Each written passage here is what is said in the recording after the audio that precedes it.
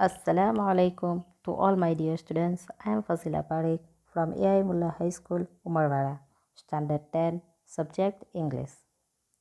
Students, today we learn Read 10, The Ultimate Companion. Ultimate એટલે કે છેવટનો, companion એટલે કે સાથી, દોસ્ત. તો આનો અર્થ શું થશે? છેવટનો સાથી, છેલ્લે સુધીનો મિત્ર, બરાબર, છેલ્લે સુધીનો સાથી. તો આ જે પાઠ છે તેમાં આપણે દ્રૌપદી, શ્રીકૃષ્ણ અને 5 પાંડવો વિશે જોવાનું છે, બરાબર. જુઓ, after the death of Krishna, the Pandavas along with Draupadi felt that life was not worth living. Shri કૃષ્ણના મૃત્યુ પછી દ્રૌપદી સહિત પાંડવોને લાગ્યું કે જીવન જીવવા લાયક ન હતું. શું કહે છે? શ્રી કૃષ્ણના મૃત્યુ પછી પાંડવો અને દ્રૌપદીને લાગે છે કે જીવન જીવવા જેવું નથી. They lost interest in everything. તેઓએ દરેક વસ્તુમાંથી તેમનો રસ ઉડી ગયો હતો. They lost interest in everything. તેઓને દરેક વસ્તુમાંથી તેમનો રસ ઉડી ગયો હતો. They made Parikshit son of Abhimanyu the emperor and decided to leave Hastinapur for great journey. તેમણે અભિમન્યુના પુત્ર પરીક્ષિતને સમ્રાટ બનાવ્યો અને મહાયાત્રા કરવા માટે હસ્તિનાપુર છોડી દેવાનો નિર્ણય કર્યો. તેમણે શું કર્યું? અભિમન્યુનો પુત્રને પરીક્ષિતને શું કર્યો? સમ્રાટ બનાવ્યો અને મહાયાત્રા કરવા માટે હસ્તિનાપુર છોડી દેવાનો નિર્ણય કર્યો.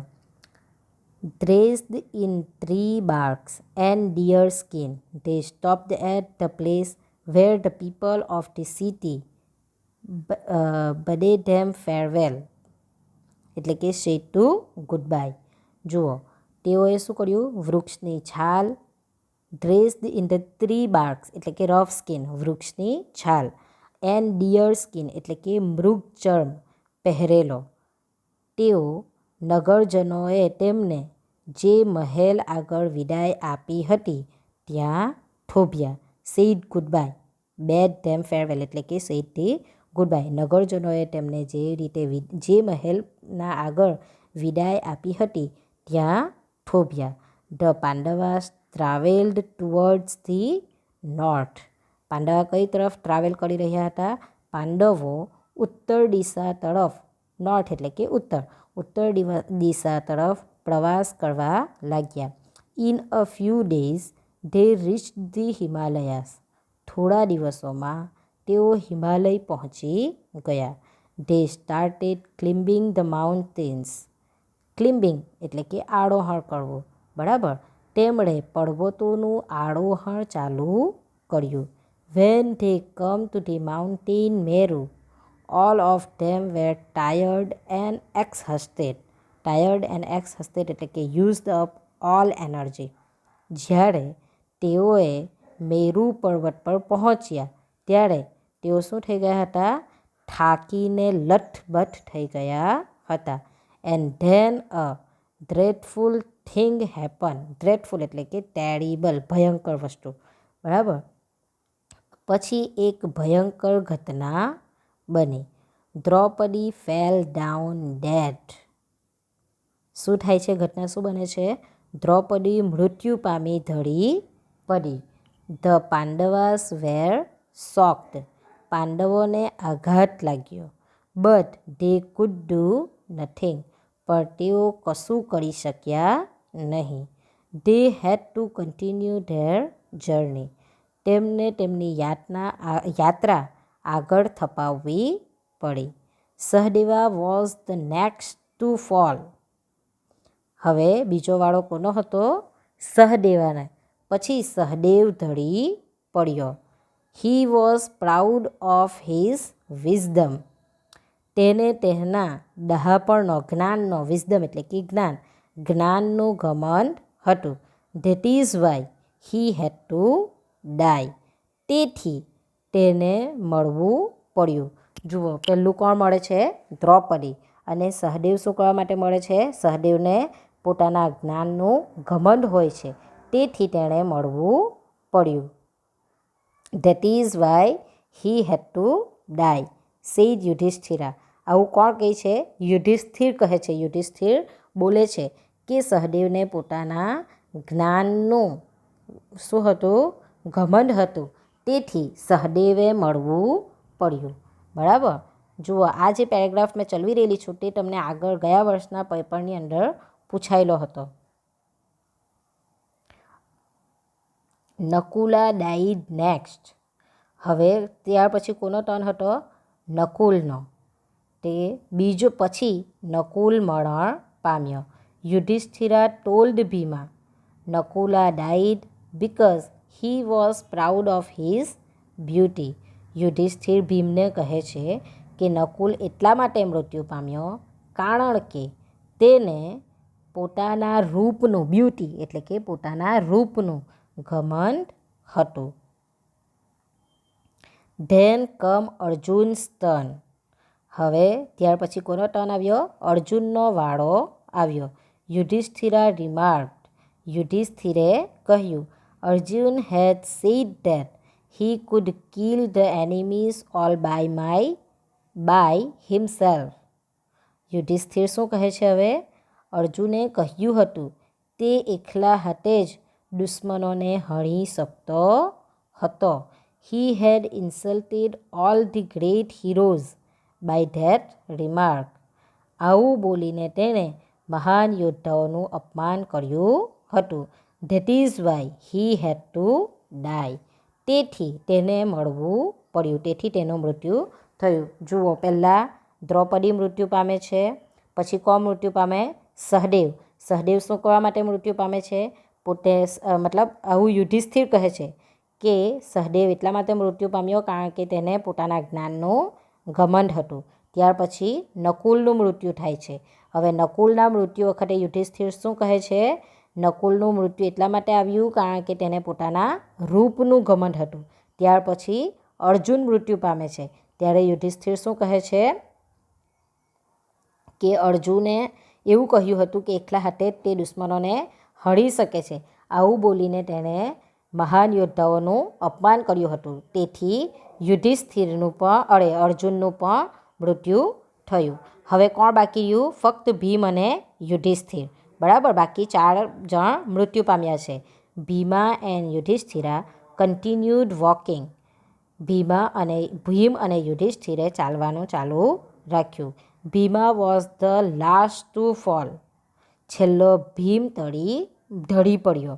હી called out to Yudhishthira, why should I fall. હવે યુધિષ્ઠિર સામે બળાડી ઉઠ્યો. ભીમ છેલ્લે મૃત્યુ પામ્યો, ઢળી પડ્યો. ત્યારે ભીમ યુધિષ્ઠિરને પૂછે છે કે હું શા માટે મળ્યો? હું શા માટે મળું? Y should I fall.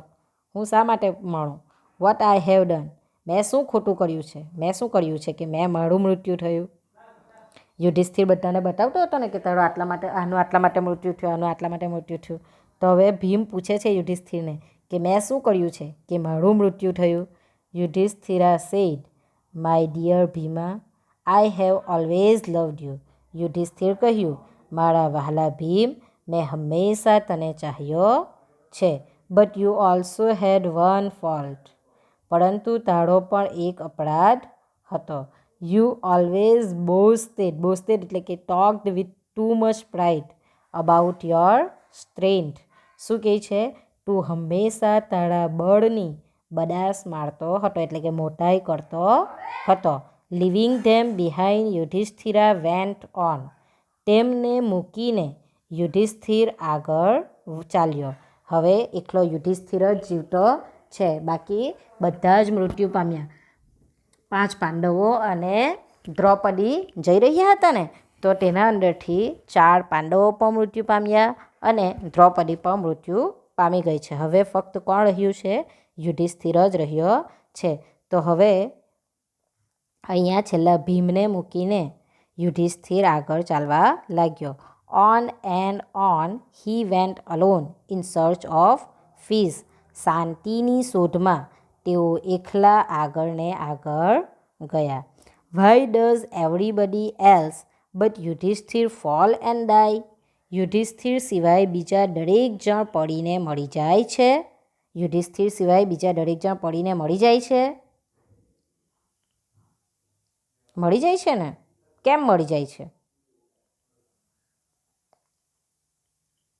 A dog had been following Pandavas since they left Hastinapur. ના, જુઓ શું કહે છે? પાંડવોએ જ્યારે હસ્તિનાપુર છોડ્યું ત્યારથી એક કૂતરો તેમની પાછળ પાછળ આવી રહ્યો હતો. એટલે યુધિષ્ઠિર સિવાય બીજા દરેક જણ મળી જતા નથી, ખાલી પાંડવો મળી ગયેલા છે, પણ હજુ કૂતરો એની સાથે જીવતો છે. બરાબર. It accompanied them all through the journey. તે આખી યાત્રા દરમિયાન તેમની સાથે રહ્યો હતો. It followed Yudhishthira even he was left alone. તે યુધિષ્ઠિરને એકલો પડી ગયો ત્યારે પણ તેમની પાછળ ચાલતો હતો. Yudhishthira continue to climb up the mountain path. યુધિષ્ઠિરે પર્વતની કેડી પર ચઢવાનું ચાલુ રાખ્યું. When he was at the end of his journey, he saw a strange light all around him. જ્યારે તેઓ તેમની યાત્રામાં અંતિમ તબક્કામાં હતા, એન્ડ ઓફ ધી જર્ની એટલે કે અંતિમ તબક્કામાં હતા, ત્યારે તેમણે પોતાની આસપાસ એક વિચિત્ર સ્ટ્રેન્જ લાઇટ એટલે કે વિચિત્ર પ્રકાશ જોયો. He recognise Indra, the king of the gods, coming towards him in his chariot. Chariot એટલે કે રથ. શું થાય છે? એક વિશિષ્ટ પ્રકાશ જુએ છે. તે કોણ હોય છે? He recognise Indra. તે કોણ હોય છે? ઇન્દ્ર ભગવાન. તો the king of gods coming towards him in his chariot એટલે કે પોતાના રથમાં તેમની તરફ આવી રહેલા દેવોના રાજા ઇન્દ્રને તેઓ ઓળખી ગયા. એટલે કે યુધિષ્ઠિર દેવોના રાજા ઇન્દ્રને ઓળખી જાય છે. When he come close, Indra stepped down from the chariot. શું કહે છે? When he come close, જ્યારે રથમાં બેસી જાઓ જ્યારે તેઓ નજીક આવ્યા ત્યારે ઇન્દ્ર રથમાંથી નીચે ઉતરી જાય છે. When he come close, Indra stepped down from the chariot and said. જુઓ, રથમાંથી ઉતરી જાય છે અને કહે છે get into the chariot Yudhishthira. શું કહે છે? રથમાં બેસી જાઓ યુધિષ્ઠિર. જુઓ, ફરી આપણે આ લાઈન જોઈએ. When he come close, Indra stepped down from the chariot and said, get into the chariot Yudhishthira. જ્યારે તે એકદમ નજીક આવી જાય છે ત્યારે ઇન્દ્ર રથમાંથી નીચે ઉતરે છે અને કહે છે. શું કહે છે? રથમાં બેસી જાઓ યુધિષ્ઠિર. શું કહે છે? રથમાં બેસી જાઓ. I have come here to take you to heaven. હું અહીંયા તને સ્વર્ગમાં લઈ જવા માટે આવ્યો છું. But Yudhishthira refused to do so because he did not want to go to heaven without his brothers and Draupadi. જુઓ, પરંતુ યુધિષ્ઠિરે તેમ કરવાની ના પાડી. શું કરવા માટે? કારણ કે because he did not want to go to heaven without his brothers and Draupadi. તેણે તેના ભાઈઓ અને દ્રૌપદી વગર સ્વર્ગમાં જવા માંગતો ન હતો. He therefore said, if they all do not come with me, I will not go with you. શું કહે છે યુધિષ્ઠિર? તેથી તેમણે કહ્યું, જો તેઓ બધા મારી સાથે ન આવે તો હું તમારી સાથે નહીં આવું. એટલે કે પોતાના ભાઈ અને દ્રૌપદી વગર તે હેવનમાં જવા માંગતો નથી. When Indra heard this, he smiled and said, my dear Yudhishthira, why do you worry about them? શું કહે છે? જ્યારે ઇન્દ્રએ આ સાંભળ્યું ત્યારે તે હસ્યા અને કહ્યું, મારા વહાલા યુધિષ્ઠિર, તમે તેમની ચિંતા શા માટે કરો છો? They are already in heaven. તેઓ ઓલરેડી ક્યાં છે? તેઓ ક્યારનાય સ્વર્ગમાં આવી ગયા છે. You alone will be allowed two enter heaven with your living body. શું કહે છે? તમને એકલાને જ સદેહે એટલે કે જીવતા સ્વર્ગમાં પ્રવેશ આપવામાં આવશે. બાકી તે લોકો પાંચે પાંચ જણા કેવી રીતે અંદર છે? 4 પાંડવો અને 1 દ્રૌપદી. કેવી રીતે મૃત્યુ પામ્યા પછી તેઓ સ્વર્ગમાં ક્યારનાય આવી ગયા છે. ફક્ત તને એકલાને જ સદેહે એટલે કે જીવતી બોડી સાથે, લિવિંગ બોડી એટલે કે જીવતા સ્વર્ગમાં પ્રવેશ આપવામાં આવે છે. Please get in to the chariot. કૃપા કરીને રથમાં બેસી જાઓ. When Yudhishthira was about to take his seat in the chariot, he saw the dog following him. જ્યારે યુધિષ્ઠિર રથમાં બેસવા જતા હતા ત્યારે તેમણે કૂતરાને તેમની પાછળ આવતો જોયો. Then suddenly Yudhishthira turned to Indra and said, "Please let me take this dog into the chariot." ત્યારે એકાએક તેની નજર તેના ઉપર પડે છે ને પેલા કૂતરાને, ત્યારે suddenly Yudhishthira turn to Indra એટલે અચાનકથી એમ ઇન્દ્રા તરફ ફરીને કહે છે કે મહેરબાની કરીને મને આ કૂતરાને રથમાં લઈ લેવા દો. It has been with me ever since I left Hastinapur. શું કહે છે? હું જ્યારથી હસ્તિનાપુરથી નીકળ્યો ત્યારથી તે મારી સાથે જ રહ્યો છે. I would not like to go to heaven without him. શું કહે છે યુધિષ્ઠિર? મને તેના વગર સ્વર્ગમાં જવાનું ગમશે નહીં. Indra laughed at his love for dog. Indra શું કરે છે? તેનો જે કૂતરા પ્રત્યેનો પ્રેમ છે તે જોઈને હસી પડ્યા. એન્ડ હી સેડ અને તેણે કહ્યું, how can a dog enter the heaven? કૂતરું સ્વર્ગમાં સી રીતે પ્રવેશી શકે? Leave it alone and come with me. શું કહે છે ઇન્દ્ર? કૂતરું સ્વર્ગમાં કઈ રીતે પ્રવેશી શકે છે? તેને એકલો છોડી દો અને મારી સાથે ચાલો. યુધિષ્ઠિરા હોવેવર રિમેઇન્ડ અનમૂવ્ડ એટલે કે ફર્મ, મક્કમ થઈ ગયા. શું મક્કમ થઈ જાય છે? તેમ છતાં યુધિષ્ઠિર મક્કમ રહ્યા. એ યુધિષ્ઠિર જરાક પણ માનતો નથી. હી સુક હિઝ હેડ એન્ડ સેડ. સુક એટલે કે આપણે ગરદન હલાવીએ ને તેવી રીતના. તો તે એકદમ મક્કમ થઈ જાય છે અને તેનું પોતાનું માથું તે નકારમાં હલાવીને કહ્યું. શું કહે? My lord, I can not do that. શું કહે છે? મારા ભગવાન એમ હું એવું કરી શકીશ નહીં. This dog has shared all my troubles so far. આ કૂતરાએ મારી મુશ્કેલીઓમાં મારો ભાગીદાર અત્યાર સુધી રહ્યો છે. He has been faithful to me. તે મને વફાદાર રહ્યો છે. I can not leave him behind. હું તેને પાછળ છોડી શકું નહીં. If I do so, all the good I have done so far will be destroyed. જો હું એવું કરું તો અત્યાર સુધીમાં મેં કરેલા બધા જ સત્કર્મોનો નાશ થઈ જશે. ડિસ્ટ્રોય એટલે કે ખરાબ થઈ જશે, એમ નાશ થઈ જશે. For Yudhishthir a dog was more important than his own wife and brothers. Do you agree to this statement? Why? યુધિષ્ઠિરને તેની પત્ની એટલે કે દ્રૌપદી અને ભાઈઓ કરતાં કૂતરો વધારે મહત્ત્વનો હતો. આ વિધાન સાથે તમે બધા સંમત થાવ છો? શા માટે? અગર તમારો જવાબ હામાં છે તો શા માટે, અને નામાં છે તો પણ શા માટે? ચાલો. As soon as Yudhishthira uttered these words. યુધિષ્ઠિરે જેવા આ શબ્દો ઉચ્ચાર્યા, અ સ્ટ્રેન્જ થિંગ હેપન. તરત જ એક વિચિત્ર ઘટના બની.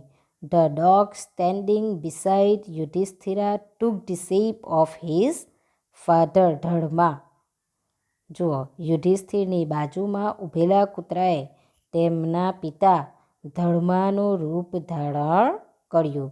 હી addressed Yudhishthira, my son, I am proud of you. તેમણે યુધિષ્ઠિરને સંબોધીને તેમણે કહ્યું, પુત્ર, મને તારા પર ગર્વ છે. You have always observed dharma in your life. તે તારા જીવનમાં હંમેશા ધર્મનું પાલન કર્યું છે. Even today you have observed it. આજે પણ તે તેનું પાલન કર્યું છે. It was a kind of a test and you have been successful. આ એક પ્રકારની કસોટી હતી. ટેસ્ટ એટલે કે કસોટી, અને તેમાં તું સફળ થયો છે. Go with Indira to the heaven, you ડિઝર્વડ it. Indira સાથે સ્વર્ગમાં જા, તું એને માટે લાયક છે. ડિઝર્વડ એટલે કે લાયક છે. વિદ્યાર્થી મિત્રો, આપણો પાઠ અહીંયા પૂરો થયો છે.